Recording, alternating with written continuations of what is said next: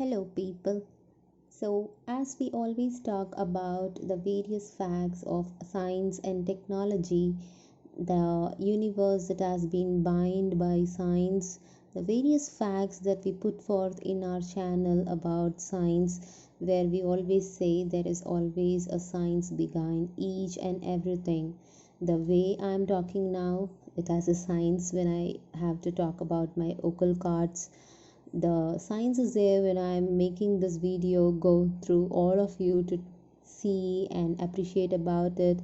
There is a science about universe in each and every place, beyond the universe, across the planets, beyond asteroids and everything. So it's always interesting to see that there is a science that is present even in our day-to-day life. That's why I always see about the presence of science on my favorite subject, yoga.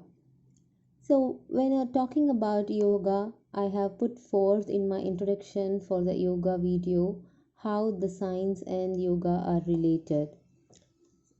To begin with, the next basic of yoga and the science philosophy, the basic factor when it comes to yoga, it is all about the sound, the meditation, the calmness that yoga always gives to the mind. It is about the sound Om. There has been various factors and the arguments and philosophies put forth when it comes to the sound Om. When going to a yoga class for the very first time, some students may be surprised that we start the class chanting Om 3 times. Some feel at ease straight away, while others might feel little self-conscious or wonder, why should I chant a word which belongs to a Sanskrit, as the universe says? But without knowing the meaning, why should I chant that? And that too for 3 times? Does it have any religious connotation? So, the philosophy of Om in yoga is actually considered as a sacred syllable. Like the Latin word omne, the Sanskrit word Om means all, everything. It conveys concept of omniscience, omnipresence, omnipotence. Om is a sacred mantra that is what long ago, since long years, many people around the world have been believing in until it was taken across the world to get practiced about various community people, and then to make them understand that yoga is actually something which is beyond religion, which is about science, and which is actually helpful for each and everyone. Various researches and facts were put forth. That is how they started saying later that it has to be considered as a universal sound, the seed of all words, without reference to any specific religion or God. According to the Big Bang theory, Om is the cosmic sound that initiated the creation of universe. This syllable is just not one sound, it is actually three. At the point of chanting Om, there is no thought, no separation. Regular practice enhances a sense of centeredness.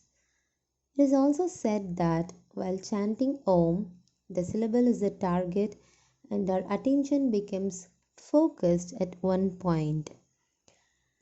It is in this particular religion that people in old Vedic mags or centuries beyond, the people were making research in the language of Sanskrit, and they were writing a lot of researches in that language, Sanskrit.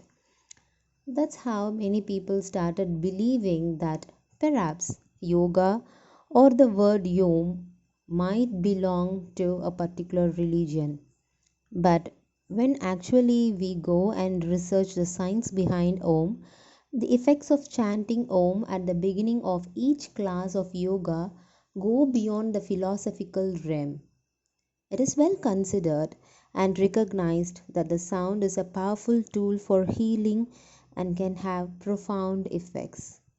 The ancient yogis knew and practiced many methods that are now becoming accepted by the scientific community. One of these is the chanting of Om in every class. That is how they create a separate yoga class for meditation.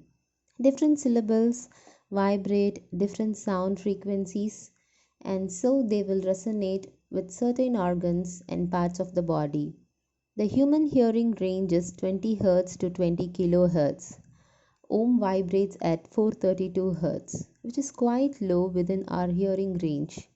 This means that the sound wave is longer and its frequency of vibration slower than a high pitched sound at, let's say, 15 kHz. The physical result of this is that these sound waves will affect our bigger surface areas. At a physical level, the Om syllabus addresses the whole of the human sound instrument.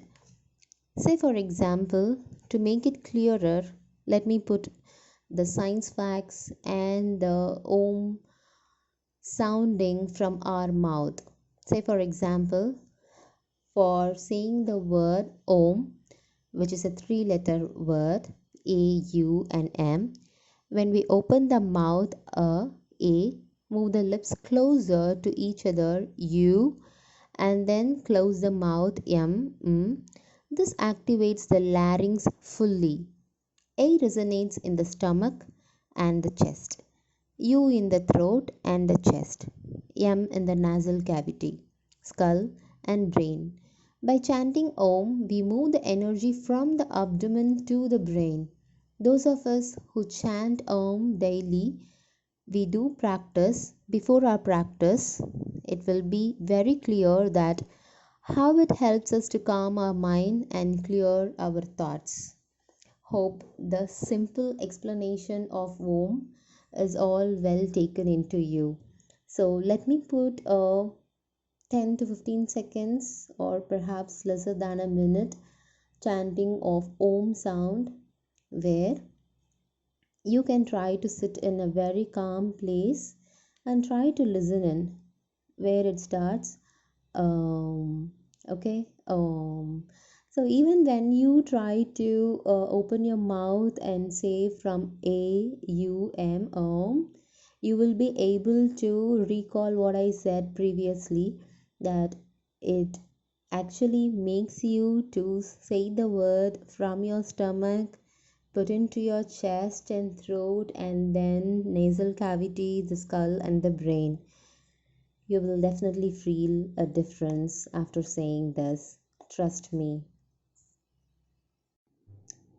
In the recent times, during the year 2018, there was a fake news circulating around stating that the sun also hums something which sounds similar to Om, but that is not the fact. However, NASA released a video in July 2018 and said that the sun is not silent. The particular video captured the vibrations produced by the movement of the sun's waves, loops, and eruptions. The hum it produced did not sound similar or close to Om, but NASA has nowhere mentioned that the sound produced by the sun has any similarity. The sound of the sun can be heard in the South Cloud also. According to NASA, data from European Space Agency and NASA Solar and Heliospheric Observatory that has captured this particular sound, they say that this particular sound has captured the dynamic movement of the sun's atmosphere for over 20 years. Today, we can hear the sun's movement, all of its waves, loops, and eruptions with our own ears. Very interesting, isn't it? That's how the science and technology has been growing from very ancient times with very ancient technologies, and the facilities that we have been as a humans that we have been getting over the longer older years to the latest technology that we are working in with AI, where we are able to prove that each and everything is beyond beliefs, and even if there is a belief, it will have a science behind it. That's how all the researchers and the scientists are helping us to grow beyond beliefs, and they are trying to prove that each and every belief if it is for real, has a science behind it. If there is a proven factor for science, why not take it and practice it? After all, we are living in a universe that is filled with so much of ecosystems and the technologies, science, and we are just a tiny particle in the earth. There is so much beyond earth, and there is so much in the universe. We are just a photon. And it is also said that the sound from the sun helps the scientists to study what can't be observed with the naked eye. Of course, you can't see anything so close to the sun with a naked eye. How can we, right?